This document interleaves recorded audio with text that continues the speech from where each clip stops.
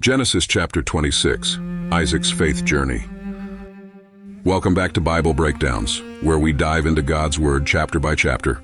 Today, we're covering Genesis 26, a chapter all about Isaac, his faith journey, and how God's promises continue through him. Let's get into it. The chapter begins with a famine in the land, much like the one Abraham faced in his day. Isaac considers going to Egypt, but God appears to him and says, "Do not go down to Egypt. Stay in the land I tell you about. I will bless you and your descendants, just as I promised your father Abraham."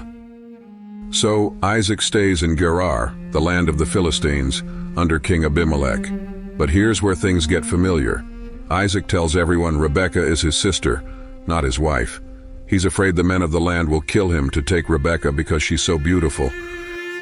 But one day, Abimelech sees Isaac and Rebekah being more than brotherly and sisterly. He confronts Isaac, saying, "She's your wife. Why did you say she's your sister?" Isaac admits he was afraid. Thankfully, Abimelech protects them, ordering his people not to harm Isaac or Rebekah. Despite this rocky start, God blesses Isaac abundantly. He plants crops and reaps 100-fold in the same year. His wealth grows so much that the Philistines become jealous.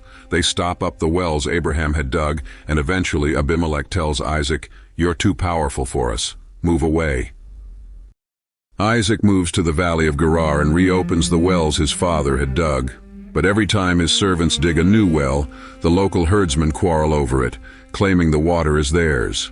Isaac names these wells Esek and Sitnah, meaning dispute and opposition. Finally, Isaac's servants dig a well that no one argues over. Isaac names it Rehoboth, saying, "Now the Lord has given us room, and we will flourish in the land." Isaac then goes to Beersheba, and God appears to him again, reaffirming the covenant. "I am the God of your father Abraham. Do not be afraid, for I am with you. I will bless you and increase your descendants for the sake of my servant Abraham." In response, Isaac builds an altar and calls on the name of the Lord. He pitches his tent there, and his servants dig another well. The chapter wraps up with Abimelech coming to Isaac to make a treaty. Isaac is surprised, asking, "Why are you here? You sent me away." But Abimelech acknowledges that God is with Isaac and wants to make peace. They have a feast, swear an oath, and part on good terms. That same day, Isaac's servants report they've found water. Isaac names the well Shibah, and the town is called Beersheba to this day.